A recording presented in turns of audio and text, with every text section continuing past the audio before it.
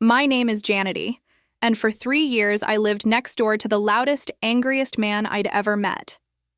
Marcus Henderson wasn't just my neighbor. He was a storm that never passed, a voice that rattled windows at 2 in the morning, a presence that made the entire street hold its breath. His wife, Lauren, would stand in their driveway some mornings with sunglasses covering what we all pretended not to see. Their daughter, Emma, barely 16, would leave for school with her headphones turned up so loud I could hear the music from my porch. Everyone knew. No one said anything. That's how it works in neighborhoods like ours in suburban Atlanta. We see everything, acknowledge nothing, and call it respect for privacy. I was 32, divorced for 2 years, working remotely as a content strategist for a tech company nobody's heard of. My ex-husband, Derek, had left me for someone younger, someone without opinions that contradicted his, someone who didn't challenge him when he made decisions about our money without asking. The divorce had been clean, but devastating. I'd bought this small house in Marietta with my settlement, painted the walls colors Derek would have hated, and built a life that looked peaceful from the outside. But at night, when Marcus started yelling, when his voice carried through the thin walls between our properties, I felt something I didn't want to name. Not sympathy exactly. Something darker. Something that made me stand at my bedroom window and watch their house like I was waiting for permission to intervene. The first time I spoke to Marcus was on a Tuesday morning in late September. I was carrying groceries from my car when I heard the crash, glass shattering, followed by that familiar roar of his voice. But this time there was something different in it, something that sounded less like rage and more like fear. I stood frozen in my driveway, bags cutting into my palms, and that's when their front door flew open. Marcus stumbled out, and for the first time in 3 years, I saw him clearly. Not as the monster I'd constructed in my mind, but as a man in his late 30s with tears streaming down his face, gasping for air like he was drowning. Our eyes met across the space between our driveways. I should have looked away. I should have gone inside. But something in his expression, raw, desperate, completely stripped of the anger that usually armored him, made me freeze. "I can't breathe," he said, and his voice was so small I almost didn't hear it. I dropped my groceries. I don't remember making the decision to cross into his yard, but suddenly I was there, standing 3 feet from a man who'd terrified me for years, and he looked like a child. His hands were shaking. There was blood on his knuckles from where he'd punched something, the mirror in their hallway, I'd learn later. Inside the house, I could hear Lauren crying, but she didn't come out. Emma didn't appear either. It was just Marcus and me in that terrible morning sunlight, and when I reached out and touched his arm, he flinched like I'd struck him. "Sit down," I told him, guiding him to their porch steps. "Just breathe with me." And he did. This man who screamed at his wife, who put his fists through walls, who made his daughter afraid to come home. He sat on those steps and breathed with me like I was the only person in the world who could save him. We didn't talk. I didn't ask what happened. For 10 minutes, I just sat there while he pulled himself back together, and when he finally looked at me again, something had shifted. Something dangerous. "Thank you," he whispered, and the gratitude in his voice felt like a hook catching in my chest. I should have known then. I should have recognized the warning signs. But when I went back to my house and finally brought my groceries inside, my hands were shaking too. And it wasn't from fear. It was from something I couldn't name yet. Something that felt terrifyingly close to purpose.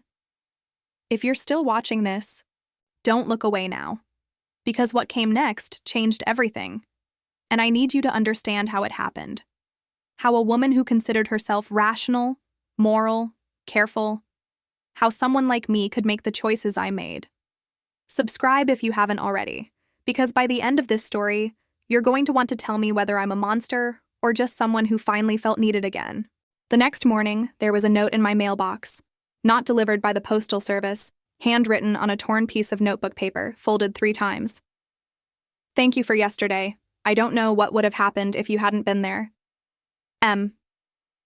I stood at my mailbox for a full minute, reading those 2 sentences over and over. The handwriting was neat, controlled, nothing like the chaos I'd witnessed. I should have thrown it away. Instead, I put it in my pocket and felt it there all day like a secret burning against my hip. 3 days passed. I heard the usual fights, the usual slammed doors. But now, when I heard Marcus's voice raised in anger, I didn't just hear the violence. I heard the panic underneath it. That same drowning quality from the morning he'd broken down in front of me. And I started to wonder, what if everyone had it wrong? What if the anger wasn't who he was, but what he was trapped inside? What if beneath all that rage was someone who needed help the way a drowning person needs air? I know how that sounds. I know what you're thinking. But here's the thing, nobody tells you about being the person who helps. It's addictive. For 2 years after Derek left, I'd been irrelevant. I wasn't a wife anymore, wasn't building toward anything, wasn't needed. And suddenly, this broken man in my neighbor's body had looked at me like I was the only person who could reach him. The second time happened on a Sunday evening. I was watering my front garden when Marcus pulled into his driveway. Lauren's car wasn't there. She and Emma had driven to her mother's house in Athens for the weekend. Something I knew because Emma had knocked on my door the day before, asking if I could keep an eye on their cat. Marcus got out of his truck moving slow, like his body hurt. When he saw me, he stopped. "Hey," he said. And it was just a greeting, just one word, but it carried weight. "Hey," I replied, not turning off my hose, giving myself something to do with my hands. He walked to the edge of his driveway, close enough that we didn't have to raise our voices. "I never thanked you properly. For last week." "You don't need to thank me." "I do, though." He ran his hand through his hair, a gesture that seemed both frustrated and vulnerable. "You didn't have to help me. Most people wouldn't have. Most people think I'm—" He stopped himself. "A monster?" I said it before I could stop myself. He laughed, but it was a hollow sound. "Yeah, that. I should have made an excuse and gone inside. But I didn't. I turned off the hose, coiled it neatly, and against every instinct that told me to maintain distance, I said, 'Do you want to talk about it?' The look he gave me then, I can still see it when I close my eyes. It was hope mixed with disbelief, like I'd offered him something he'd stopped believing existed.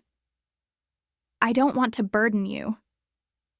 Maybe I'm offering because I want to listen." 20 minutes later, we were sitting on my back porch with coffee I'd made too strong and a conversation I'd never planned to have. He told me about his father, about growing up in a house where love and violence were the same language. He told me about the business he'd started that failed, about the debt that crushed them, about how he'd promised Lauren a life he couldn't deliver. He told me about the rage that lived in his chest like a second heartbeat, how it felt both foreign and familiar, how he'd tried therapy twice but couldn't afford to continue, how every day he woke up promising himself he'd be different, and every night he went to bed knowing he'd failed. And I listened. God help me. I listened like his words were water and I'd been dying of thirst. "Lauren's going to leave me," he said finally, staring into his empty mug. "She should. I would, if I were her." "Have you told her any of this? What you just told me?" "How can I? Every time I try to talk to her, it comes out wrong. It comes out angry. And then I'm the monster again, proving her right." He looked at me then, really looked at me, and I felt something shift in the air between us. "You're easy to talk to." "How come you're easy to talk to?" "Because I need to be needed," I thought. "Because you make me feel like I matter. Because for the first time in 2 years, someone is looking at me like I have answers." What I said was, "Maybe because I don't have history with you. I'm just a neutral space." But we both knew even then that there was nothing neutral about what was happening. He left before it got dark, thanking me 3 times, apologizing for taking up my evening. I watched him walk back to his empty house, and when I went inside and locked my door, I could still feel the weight of his attention on me like a physical thing. I told myself it was just one conversation, just being a good neighbor, just basic human compassion. But when I got into bed that night and closed my eyes, I wasn't thinking about compassion. I was thinking about the way he'd looked at me when he said I was easy to talk to. Like I'd given him something he couldn't find anywhere else. That's when I knew I was in trouble, because I wanted him to need that again. I wanted to be the person he came to when everything else fell apart. And the wanting felt both terrible and absolutely necessary, like hunger after days without food. Don't go anywhere. Because what we did next, it's where everything stopped being innocent, where I stopped being able to pretend I was just helping. Stay with me. You need to hear how this ends. Or maybe how it doesn't end. Maybe that's the worst part. It started with small things. Marcus began texting me, just checking in, he said, asking how my day was, sharing a song that reminded him of our conversation. Nothing inappropriate, nothing that crossed any clear line. But lines aren't always clear until you're standing on the wrong side of them, looking back at where you used to be. Lauren and Emma came back from Athens. The fighting started again that same night, and now when I heard it, I had context. I could parse his shouts into the fear and inadequacy he'd confessed to me. I could hear the self-hatred underneath the cruelty, and instead of making me pull away, it pulled me closer. I started to believe I understood him in ways Lauren didn't. That I could see the real person trapped inside the damaged one. That maybe I was supposed to be the one who saved him. Every therapist would tell you that's a delusion. Every healthy person would recognize it as the beginning of something destructive. But I wasn't healthy then. I was hollow, and Marcus's need for me filled that hollowness with something that felt like significance. 2 weeks after our porch conversation, he knocked on my door at 10 o'clock at night. When I opened it, he looked wrecked, hair disheveled, eyes red, breathing hard. "I'm sorry," he said immediately. "I know it's late. I shouldn't have come here, but I had nowhere else to go." Behind him, I could see his house was dark. Lauren's car was gone again. "What happened?" She took Emma to her mother's. "For good this time," she said. "She's talking to lawyers." His voice cracked on the last word. "And the worst part is I can't even be angry about it because I know it's my fault. I know I did this. I destroyed my own family, Janity. I destroyed the only things that mattered. I should have suggested he call a friend, a family member, anyone but me. I should have offered the phone number of a crisis line. I should have maintained boundaries that were already dangerously thin. Instead, I stepped aside and let him in. We sat in my living room until 2 a.m. He cried. I'd never seen a man cry like that. Completely unguarded, years of pain pouring out like a wound that had finally been lanced. And I held space for it. I didn't touch him. I didn't offer easy comfort. I just let him break down in my living room while the night stretched around us. And when he finally exhausted himself into silence, he looked at me with something in his eyes that made my breath catch. "You're saving my life," he whispered. "You know that, right? You're the only thing keeping me from completely falling apart." The rational part of my brain screamed warnings. But the hollow part, the part that had felt useless and discarded for 2 years, heard those words and bloomed like a flower in the dark. "You're stronger than you think you are," I told him, and I meant it. But I also meant, I need you to need me this much. I need to matter this much to someone. He left around 3 a.m. Before he went, he hugged me, just a brief embrace, appropriate, grateful. But I felt it in every nerve in my body for hours afterward. That's when I started lying to myself in earnest. I told myself we were just friends, that I was providing support during a crisis, that there was nothing inappropriate about a divorced woman and a separated man talking through difficult times, that the fact that I thought about him constantly, that I checked my phone obsessively waiting for his texts, that I'd started dressing more carefully in case I ran into him, none of that meant what it obviously meant. The affair, because that's what it became. Even though we didn't have sex, even though we barely touched, the emotional affair started to structure my entire life. My days revolved around our conversations. I started turning down invitations from actual friends because I needed to be available if Marcus needed me. I stopped dating completely, even though part of my healing process from Derek had been tentatively putting myself back out there. Marcus became my whole world in a way that was both thrilling and absolutely terrifying.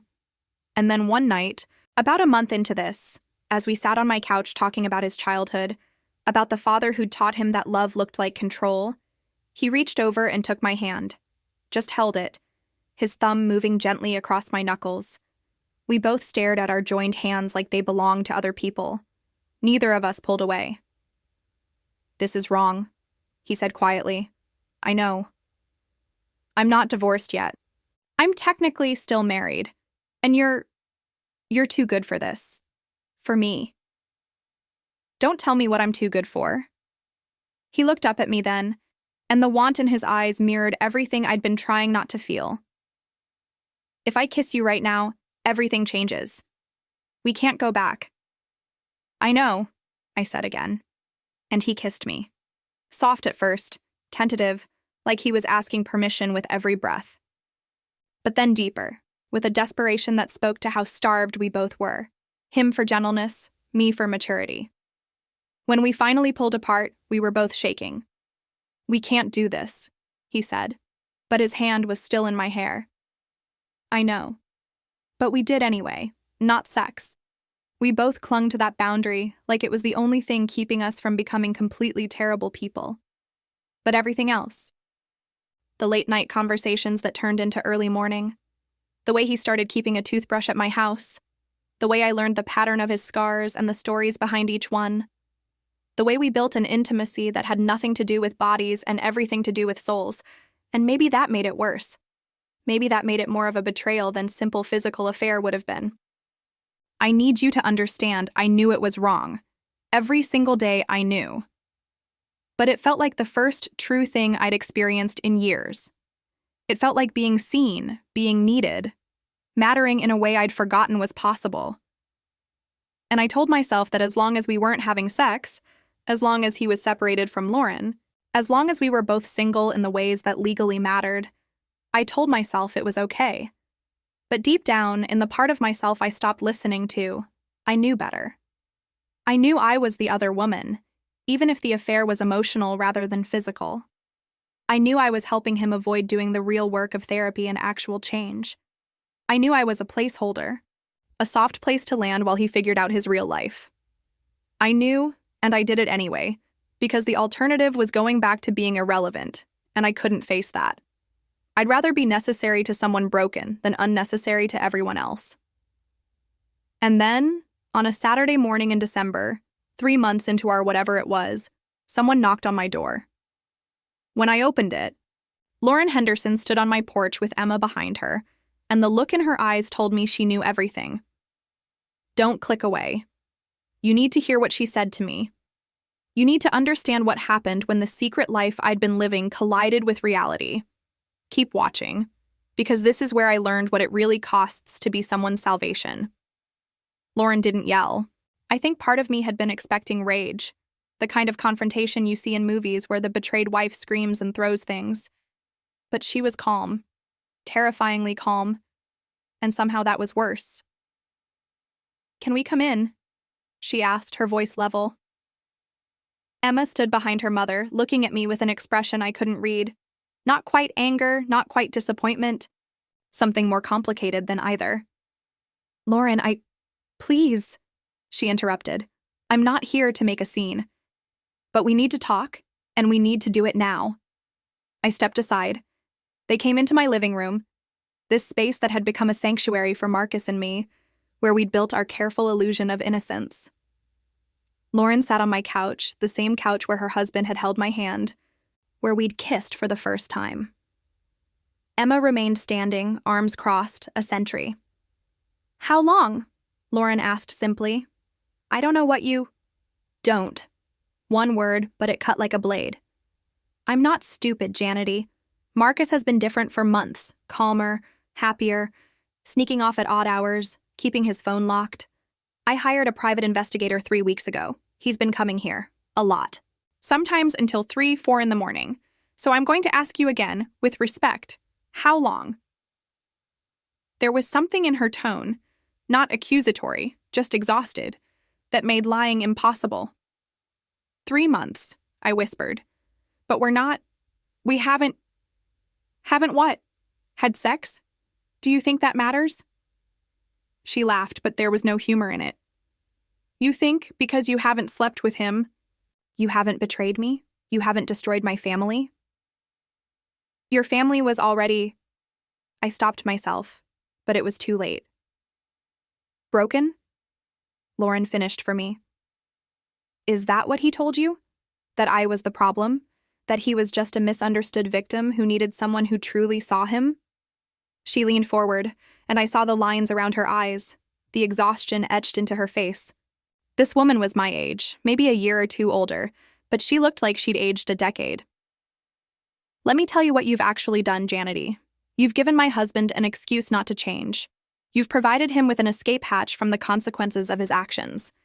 You've let him play the victim while I'm home trying to hold our daughter together, trying to decide if we're safe, trying to explain to Emma's therapist why her father's rage episodes have gotten worse even though he claims he's working on himself. They've gotten worse? The words came out before I could stop them. Emma spoke for the first time. He punched a hole in my bedroom wall last week. Mom had locked herself in their bathroom.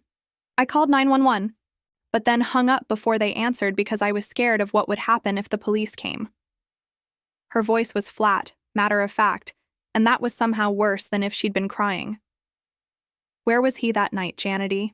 Let me guess. Here? I felt something crack inside my chest. That night. I remembered that night.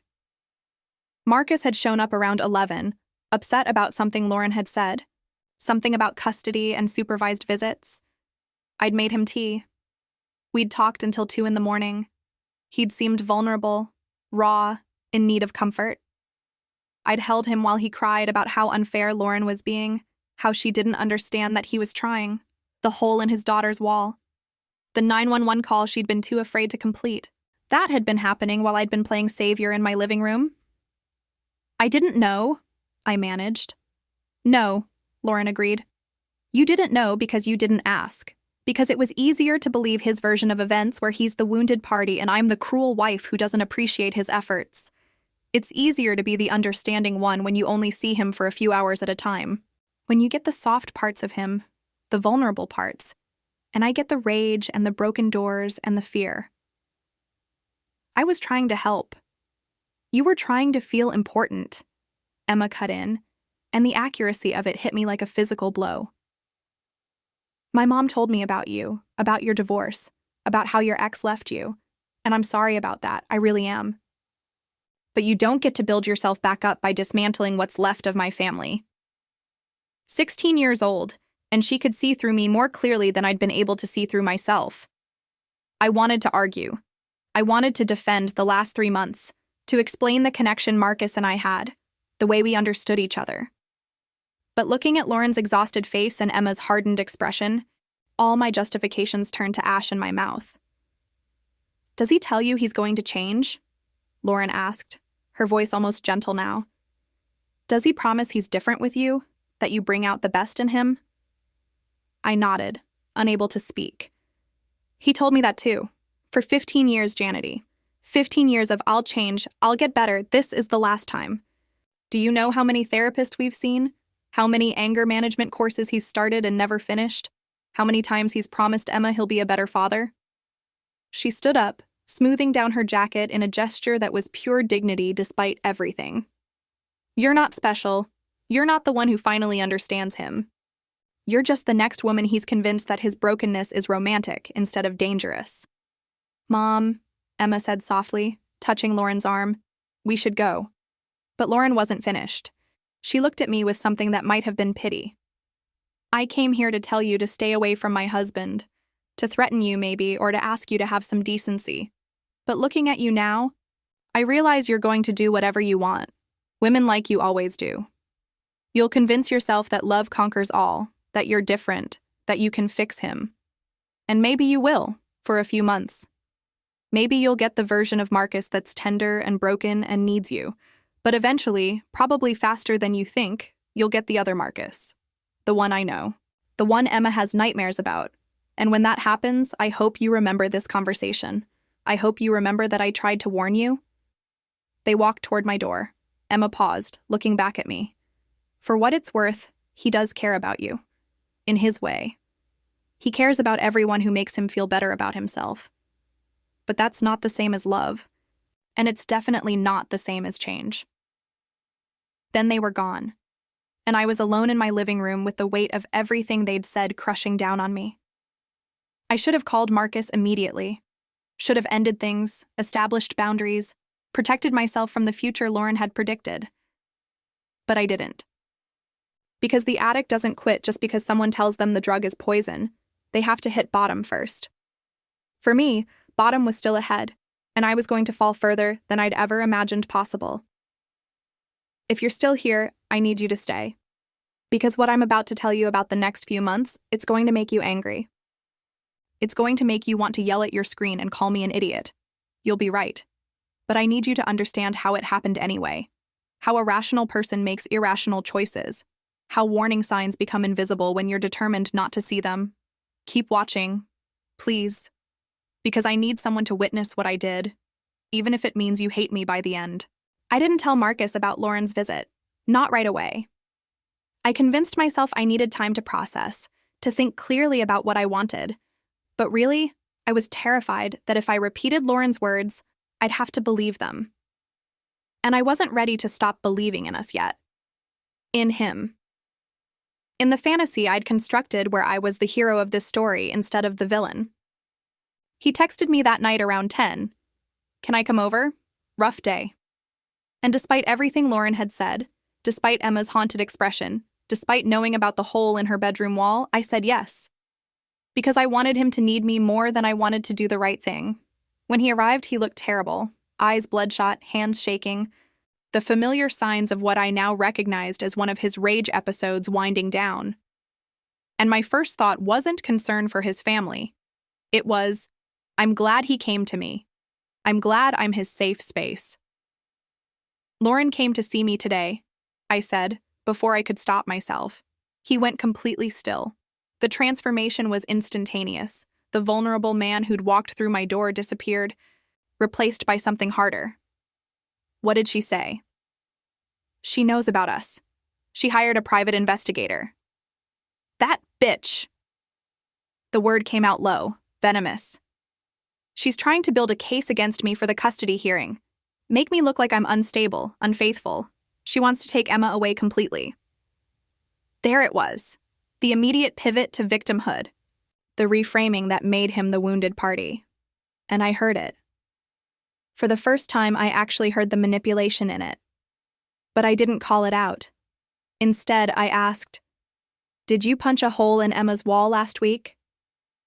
The silence that followed was so heavy I could barely breathe through it. Marcus's expression shifted through several emotions. Surprise, anger, calculation, before landing on something that looked like shame. It was an accident. I was aiming for the hallway wall, but I misjudged. Emma wasn't even in the room. Lauren's exaggerating to make me look bad. She called 911. She was scared because Lauren had been screaming at me for an hour, saying horrible things, pushing every button she knows I have. What was I supposed to do? Just take it? Just let her verbally abuse me in my own home? His voice was rising now, that familiar edge creeping in. You don't understand what it's like, Janity.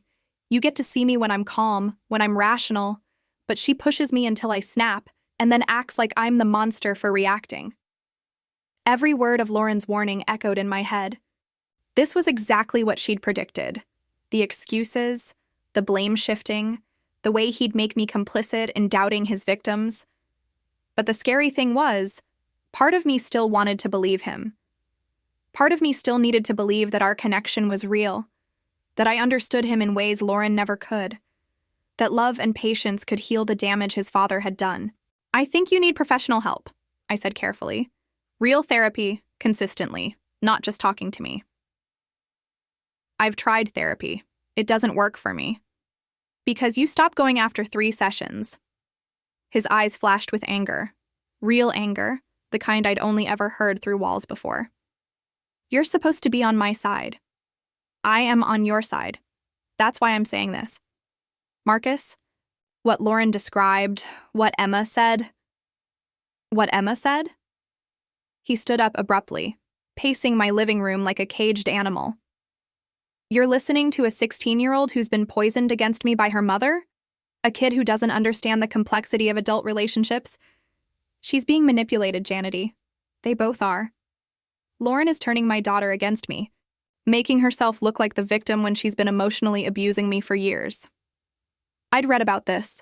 In the aftermath of my divorce, when I was trying to understand how my marriage had fallen apart, I'd read about DARVO: deny, attack, reverse victim, and offender. It's what abusers do when confronted. They deny the abuse, attack the victim's credibility, and reverse the roles so they become the victim. And I was watching Marcus do it in real time, textbook perfect. But knowing something intellectually and accepting it emotionally are different things. Because when he finally stopped pacing and looked at me with tears in his eyes when he said, "I thought you of all people would understand me. I thought you could see who I really am underneath all the damage. Was I wrong about you, Janity? Are you like everyone else who just wants to see me as a monster?" When he said that, I felt the hook sink deeper. I'm not saying you're a monster. Then what are you saying? I was saying that I was scared, that I'd stepped into something more complicated and darker than I'd understood, that I'd let my need to feel important override my responsibility to think about the other people in this equation. A woman trying to protect herself and her daughter, a teenager who just wanted to feel safe in her own home. I was saying that I'd been selfish and reckless and had convinced myself that emotional connection justified crossing boundaries that exist for reasons.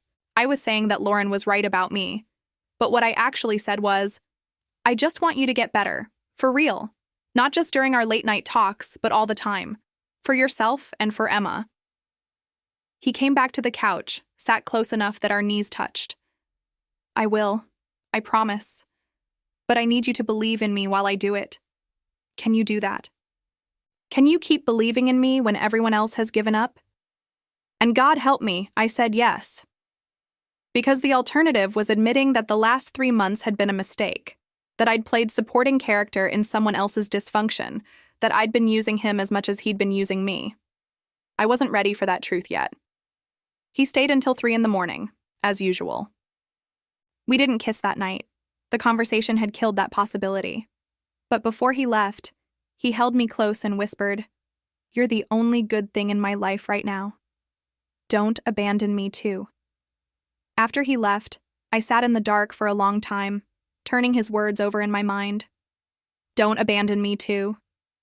As if Lauren leaving was abandonment rather than survival. As if Emma's fear was betrayal rather than reasonable self-protection. As if their trauma was something being done to him rather than something he was doing to them. I knew I should end it. Every rational cell in my body was screaming at me to run. But I didn't, because admitting I'd been wrong meant facing 3 months of shame, meant acknowledging that I'd been so desperate for significance that I'd overlooked every red flag, meant accepting that Derek's rejection had damaged me more than I wanted to admit. So I did what people do when they can't face the truth. I doubled down. I convinced myself that Marcus needed me more than ever now that Lauren was actively working to destroy him. I told myself I could be the positive influence that helped him change. I constructed elaborate narratives where love and understanding conquered trauma and cycles of violence. And for a few weeks, it almost worked. Marcus was attentive, careful, the version of himself that had made me fall into this in the first place. He started therapy again, a new therapist, his 4th in 5 years, and attended 3 sessions in a row. He called me after each one, telling me what they'd discussed, how helpful it was, how he was finally making progress. I wanted so badly to believe that my faith in him was being rewarded. Then, on a Wednesday night in January, Emma showed up at my door alone.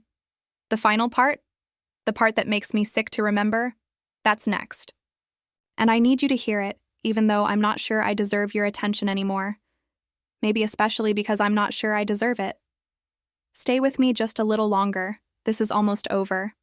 Or maybe it's never over. Maybe that's the real ending. Emma looked different than she had during Lauren's visit. Smaller somehow, despite being the same physical size. She wore a jacket too light for the January cold, and when she stepped into my doorway, I could see she'd been crying. "Is your dad here?" I asked, looking past her toward their house. "No. He's at some bar with his friends. Mom's working late. I wanted to talk to you alone." She met my eyes directly, and there was something in her gaze that made me deeply uncomfortable. Not anger exactly, but a kind of resigned assessment, like she was deciding something about me. "Okay, come in." We sat in my kitchen this time, not the living room where I'd met with Lauren. I made tea I didn't drink, Emma wrapped her hands around her mug without drinking either. "Why are you doing this?" she asked finally. "Emma, I know how this looks." "No, I don't think you do. I don't think you have any idea how this looks from where I'm standing." She was 16, but in that moment, she seemed older than me, worn down by years of navigating violence I'd never experienced. "Do you know what it's like to go to school every day not knowing if your house will still be intact when you get home? To text your mom between classes to make sure she's okay? To hide in your closet with headphones turned up so loud your ears ring because you can't stand to hear your father's voice getting louder and louder until you know something's going to break?" "Emma, I'm not finished." Her voice was steady, but tears were running down her face. "For months now, ever since you came into the picture, he's been different at home. Worse. Because he comes here and cries to you about how hard his life is, how misunderstood he is, how my mom doesn't appreciate his efforts. And then he goes home feeling justified, feeling like the victim. And when my mom tries to set boundaries or protect us, he points to you as proof that the problem is her, not him. Janity understands me," he says. "Janity sees my potential. Do you know what that does to my mother? Do you care?"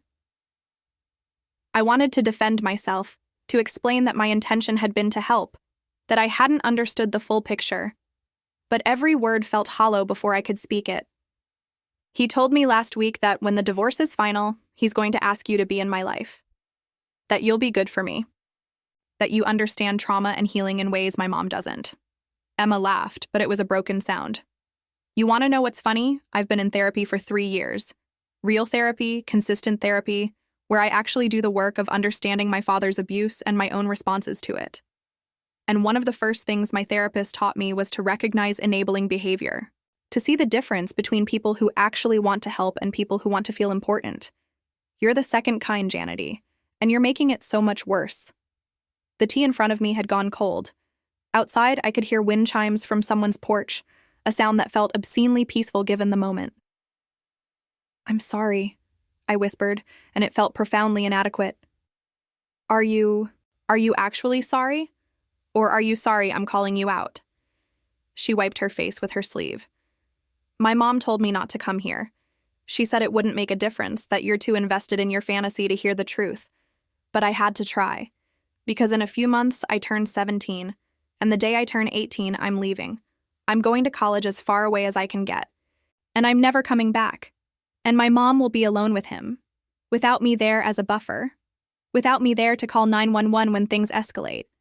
And part of that is on you, Janity, because you've given him an excuse to avoid facing what he actually is." She stood up, leaving her untouched tea on my table. At the door, she paused. "You know what the worst part is? I actually feel bad for you. Because eventually you're going to see what we see. He'll turn on you too. Maybe not today, maybe not next month, but eventually the mask will slip and you'll understand that everything my mom tried to warn you about was true. And by then, you'll have destroyed whatever good opinion you had of yourself. You'll have become complicit in something you can't undo. And that's going to be so much worse than anything he could do to you." Then she was gone, and I was alone with the truth I'd been running from for months. I don't remember the rest of that night clearly. I know I sat at my kitchen table for a long time, Emma's words playing on repeat.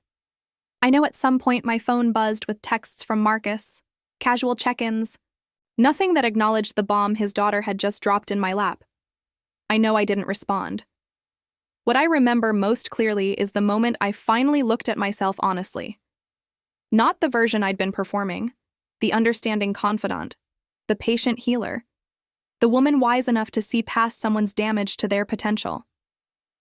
But the real me. A woman so afraid of being irrelevant that she'd convinced herself that being necessary to someone broken was the same as being loved.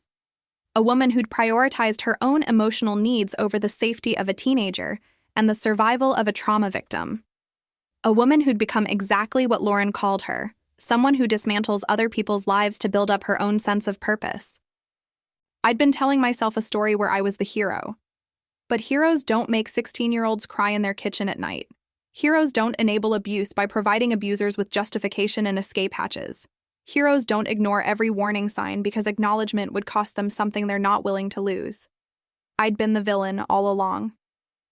And the worst part, the part that still makes me sick, was that even recognizing that, even understanding exactly what I'd done, part of me still didn't want to let Marcus go. That's addiction. That's what happens when you use another person's need for you as a drug against your own feelings of inadequacy. The knowing doesn't make the wanting stop. It just makes you aware that you're choosing destruction anyway. I ended it the next day, sent Marcus a text. Cowardly, I know, but I couldn't trust myself to do it in person. Saying I needed space, that we'd crossed too many lines, that he needed to focus on his family and his actual recovery, not on using me as an emotional crutch. He called 17 times. Left voicemails ranging from understanding to angry to pleading. Showed up at my door twice. The first time I didn't answer. The second time I did, and he tried all the familiar manipulations. I was abandoning him like everyone else. I was the only one who understood him. Didn't our connection mean anything? How could I be so cold? And here's what I learned. Ending something you know is wrong doesn't make you good. It just makes you less bad. I didn't end it because I suddenly developed a moral compass. I ended it because Emma's words had made it impossible to maintain my delusion that I was helping. Because I finally understood that whatever Marcus and I had wasn't love or understanding or connection. It was two damaged people using each other to avoid facing their own issues. That was 4 months ago. Marcus and Lauren's divorce went through last month. He has supervised visitation with Emma for 6 months, pending completion of an anger management program and individual therapy. He hasn't completed either yet. Emma is thriving. I saw her Instagram post about getting accepted to a college in California, as far away as she'd promised. Lauren got a promotion at work and posted a picture of herself smiling that made my chest ache with recognition of what I'd helped put her through. As for me, I'm in therapy now. Real therapy, consistent therapy, where I'm doing the actual work of understanding why I needed to be someone's savior so badly that I became their enabler instead. I'm learning about codependency and trauma bonding and the difference between compassion and compulsion. I'm facing the fact that my divorce from Derek didn't just hurt, it fundamentally shook my sense of self-worth in ways I refused to acknowledge until I'd done real damage to other people.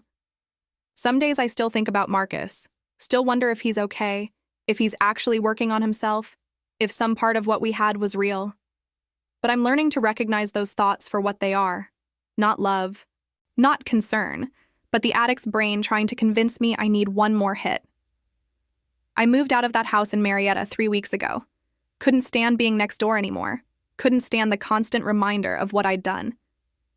Emma sent me a message before I left. Just 2 sentences.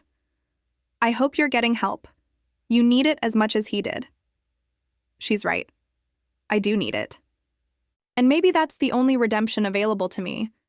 Not forgiveness from the people I hurt, because I don't deserve that, and they don't owe it to me, but understanding myself well enough that I never make these choices again. So why am I telling you all this? Why am I confessing something that makes me look terrible, that I'm deeply ashamed of, that I'll never be able to fully repair?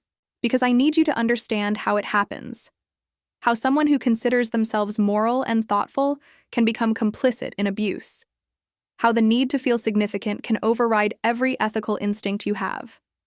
How you can know something is wrong and do it anyway, because the alternative feels like dissolution. I need you to understand so that maybe, if you ever find yourself in a similar situation, if you ever feel that magnetic pull towards someone else's brokenness, that intoxicating sensation of being needed, you'll remember this story. You'll remember Emma's tears and Lauren's exhaustion and the hole in the bedroom wall. You'll remember that being someone's salvation is not the same as being their support system, that you can't love someone into wellness, that sometimes the kindest thing you can do is refuse to enable someone's avoidance of real change. And I need to ask you something because I genuinely don't know the answer. Was I always capable of this? Was this always inside me, waiting for the right circumstances to emerge? Or did Derek's abandonment damage me in ways that made me vulnerable to becoming someone I never thought I could be? I don't know. My therapist says those might be the same question. that we're all capable of terrible things under the right pressures, with the right vulnerabilities exposed. That acknowledging our capacity for harm is the first step toward ensuring we don't exercise it. But I do know this. I cost Emma another year of living in fear. I gave Marcus ammunition to use against Lauren in their custody battle. I delayed his actual recovery by months or maybe years. And I did it all while telling myself I was helping, that my intentions were pure, that love and understanding could overcome cycles of violence that have nothing to do with love and everything to do with power. If you're still here, if you've listened to this whole sordid story, I need you to do something for me. Look at your own life. Look at the relationships where you feel most needed. Ask yourself honestly, am I here because I can genuinely help? Or am I here because someone else's need for me fills a void in my own sense of purpose? Am I supporting someone's growth? Or am I enabling their avoidance of change because watching them change might mean they don't need me anymore? Those are the questions I should have asked myself before I ever sat on that porch with Marcus, before I ever let him into my house at 2 a.m, before I ever convinced myself that his brokenness was something I was uniquely qualified to heal.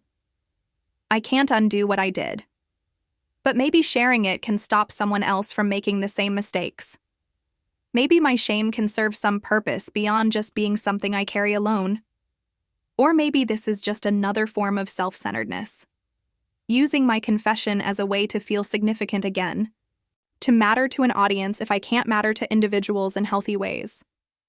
Maybe I'm still avoiding the hardest truth, that some mistakes can't be redeemed, only learned from. That some damage can't be repaired, only acknowledged. That sometimes being irrelevant is exactly what you deserve. I don't have a neat ending for you. I don't have a moment of triumph or transformation that makes this whole thing worthwhile. I'm just a woman who learned the hard way that you can't save someone who doesn't want to be saved, and that trying to do so makes you complicit in their destruction of everyone around them. Marcus is still out there somewhere, probably finding a new woman to cry to about how misunderstood he is. Lauren is rebuilding a life without him. Emma is counting down the days until she can leave for California. And I'm here, telling you this story, hoping it means something to someone even if it can't fix anything for the people I actually hurt. So tell me, because I genuinely need to know, am I a monster for what I did? Or just a broken person who made broken choices? Is there a difference? Does the distinction matter to the people whose lives I helped damage? Leave a comment. Tell me what you think. Tell me if you've ever been the person who enabled someone else's worst behavior while convincing yourself you were helping. Tell me if you've been the Emma or the Lauren, watching someone you love get worse because someone else made it easier for them to avoid change. I need to know I'm not alone in this, even though I probably don't deserve that comfort. Even though wanting not to be alone might be part of the same pathology that got me into this mess in the first place. That's my story. That's my confession. Make of it what you will.